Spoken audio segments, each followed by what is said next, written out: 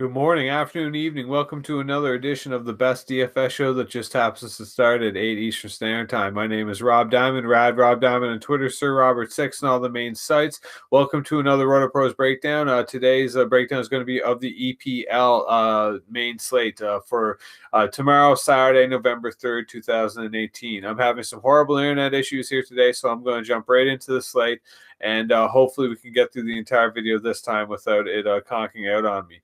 So I want to apologize quickly for everyone that tuned in and followed on hockey last night. NHL was an absolute disaster, and I couldn't have been more wrong on basically every take, and it works out that way sometimes. But frankly, if Sidney Crosby gets a zero after getting 8 fantasy points in 5 straight games, there's really only so many things you can expect that you did wrong. So yeah, I'm not really thinking about it too much. I think we should jump right into soccer this weekend. But very quickly, 2 things we want to touch on. Firstly, I've been noticing a lot of very weird trends in super contrarian plays happening in multiple sports over the past couple of weeks. So I'm going to be taking a little bit more contrarian edge to my GPP plays this slate. Anything you want to range from the Mullins to hockey last night with Calgary coming back and the crazy comeback win, or the Rangers and the Flyers winning both their games on the road. Like, it's just very random time right now. So what I'm going to do is I'm going to be looking at my GPPs a little bit differently this late. There, I got that out. The second thing I want to quickly touch on is the Leicester City owner died minutes after last slate's game when his helicopter crashed into the parking lot.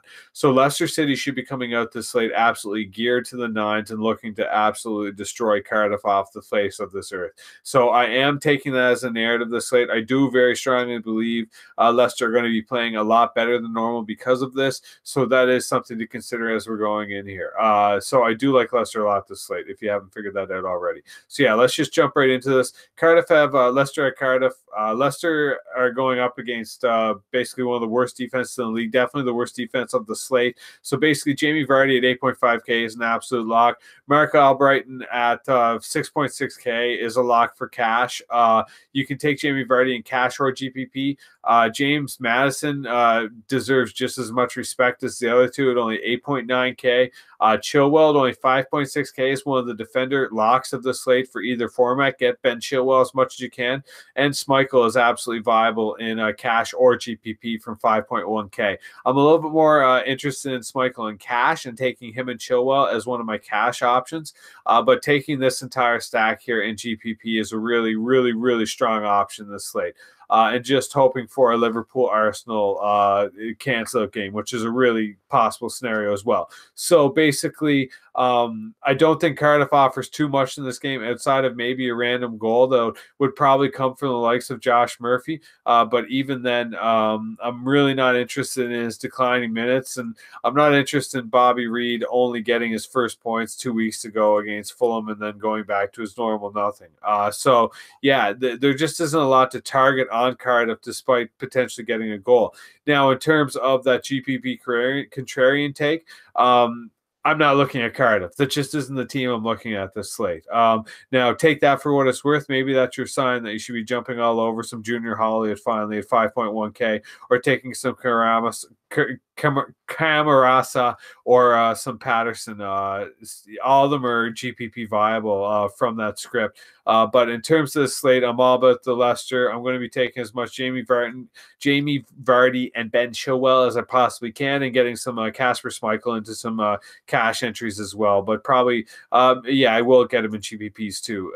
So yeah, the final score here, I'm thinking it's going to be a wash for Leicester, probably 4-0, but it could very easily just go 2-1 either way, because like I said, both teams are probably going to score.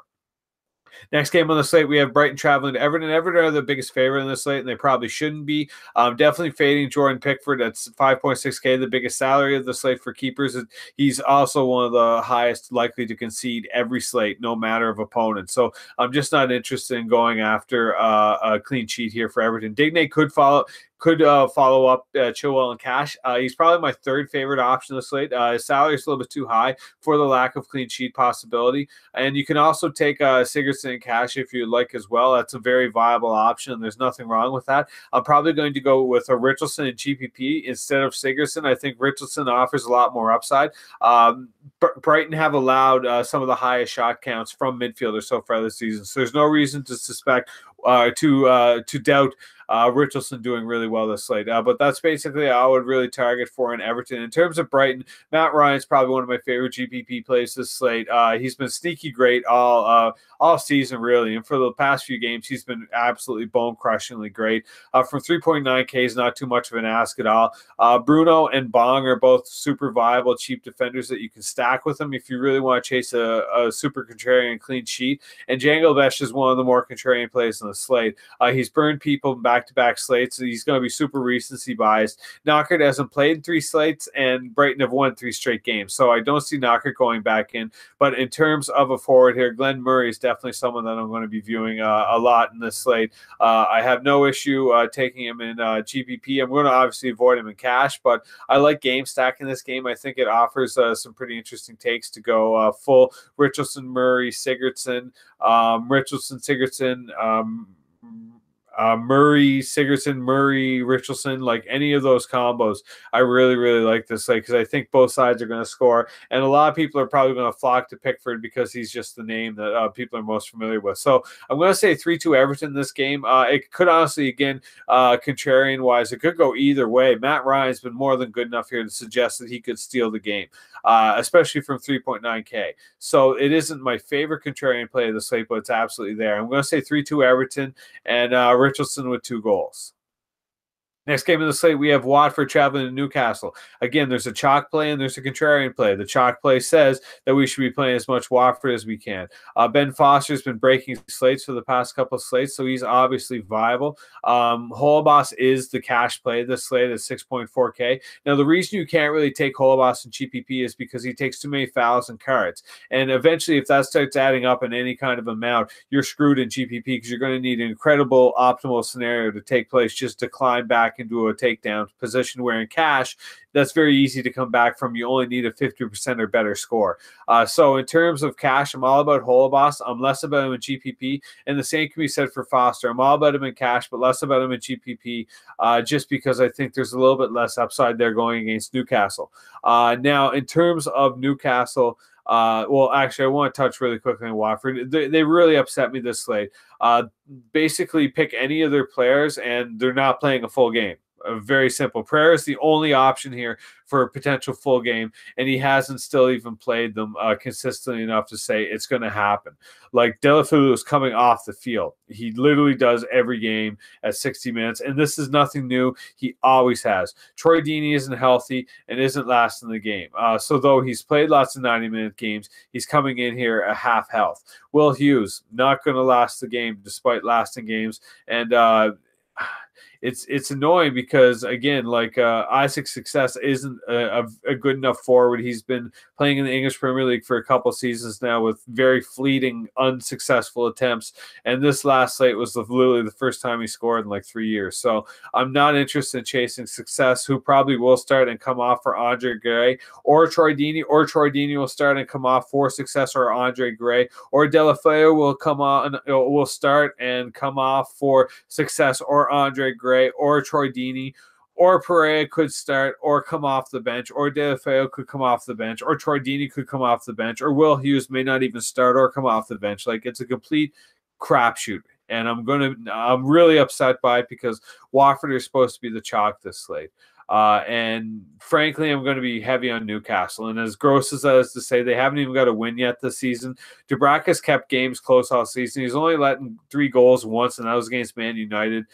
He's been sneaky good, and there's nothing to suggest here that Watford aren't due for some serious regression. Like, Yedlin's excellent from only 3.9K. I have no issue with that. Like, look at the crosses that Matt Ritchie's putting in from 6.4K. Like, this is cash viable. John Joe Shelby, he used to cost like 3.5 and 3.7K. Like there's a reason he's this expensive now, and he's doing this without goals and assists. And the same can be said for Kennedy, who's another super viable GPP option in the slate. The thing with Newcastle is they lead the league in basically, or I should say, they're the worst in the league in shooting percentage. They're top 3 in crosses and shots on net, and they're literally bottom 3 in scoring, and they're in last place in the league. So, like, this should, again, add up to Ben Foster seeing lots of action that he should do really well against, because he's against a team that hasn't won yet this season and has trouble scoring from putting insane cross and shot amounts on the board. So, like, Ben Foster should go off, but like I said, in GPP, everything's been so wonky contrarian that I'm more than comfortable going with Yedlin and Dubraka and Richie, and maybe even some Kennedy as well, and taking the 4. There's nothing to take here in DraftKings in terms of the Newcastle forwards, because they're all going to be coming off. But if Rondon starts on FanDuel, he's literally the min of min price on FanDuel. Let's see if I have that up. I don't think I do. No. So yeah, in terms of someone that you can take on FanDuel as a forward, definitely jump on some Rondon. There's absolutely no issues with that. But yeah, for this game, I want to say it's good. Like, Newcastle kind of have this 2-1 thing going on where they lose 2-1 consistently. And I think that's a safe bet here for a Watford win, for 2-1. But 2-1 won't really do anyone any good unless you're taking it in cash and just going on the 10+ crosses that Holobos will be putting in. So yeah, that's really my my take here. I'm going to say 2-1 Watford, but in the case that Foster does really well, we could even see like a 3-0 game. Who knows? But yeah, 2-1 Watford. The next game on the slate is Burnley traveling to West Ham. And this is one of the strangest games in the slate, maybe one of the strangest games of the season. Fabianski and Joe Hart are tied for the league lead in saves with 44 each, which is a little bit absurd.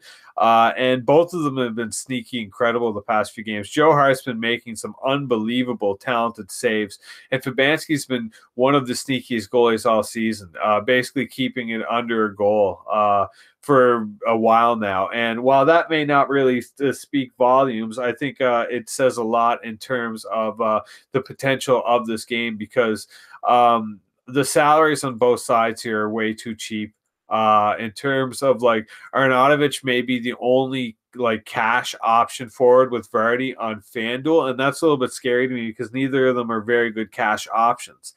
So like that, this maybe the Vardy or Arnautovic may be the forward pairing this slate that you just have to roll with over and over. If I'm being 100% honest, I'm playing a very, very small player pool this slate, and these two are my two leading forwards, and I'm not comfortable about it at all. And it makes me so uncomfortable that like I want to come up with a contrarian script just so I don't have to play either of them. And like West Ham aren't void of talent. Obviously, if you take Fabianski, and if Cresswell starts, you have to take Fabianski and Cresswell in at least one GPP. Felipe Anderson's been he's been good enough as a real player, and he has flashes of brilliance in terms of DFS relevance, but yeah, he isn't someone I'm necessarily jumping for joy at getting my hands on like I would be Arnautovic and Jamie Vardy for comparison. And to go the other side of the field on Burnley, you can go Joe Hart if you like and take that super low salary, and Loughton works with him really well. But one of my favorite GPP swingers this slate that I'm just going to take a wonky shot on is Ben Mee. 2.9K is just a little bit too cheap for me going up against West Ham. So it doesn't necessarily say, yeah, he's going to go out and score a goal. But yeah, I do like Ben Mee's chances this slate to do something from 2.9K. But yeah, Johan Berg Goodmanson, 7.1K. Get him into your cash, get him into your GPP. He's absolutely fine from that salary. And especially get Robbie Brady into your cards at 5.2K. He's an absolute steal this slate. On both sites, Robbie Brady is far, far, far, far, far too cheap. He's priced this way due to his recent injury coming back from that, and he still hasn't had an opportunity to put up enough fantasy points to justify what his salary should be, which is way up in the good stuff up here. So yeah, I have no issue with taking both Johan Berg Goodmanson and Robbie Brady in cash, but if I was to choose one, it's absolutely sticking hard on Robbie Brady here. I have no issue with him, and on FanDuel, he's so obscenely cheap. I know that they don't count crosses, the score crosses crosses the same, but he's creating the chances, and he has as much assist upside as anyone this slate. And on FanDuel, he's only 5.5K. You have to lock that in. It's absolutely unacceptable for him to be that salary. So yeah, that's really my my take for the Burnley West Ham game. In terms of a score, I'm going to say 2-2 draw. I would like to think Burnley can win this game, but at the same time, West Ham have a lot of things going for them in terms of being at home. And what really interests me about West Ham's selections is they're so injured that there isn't going to be a lot of minutes to go around. So I'm hoping Cresswell starts and we can get him in some GPPs with some Arnautovic.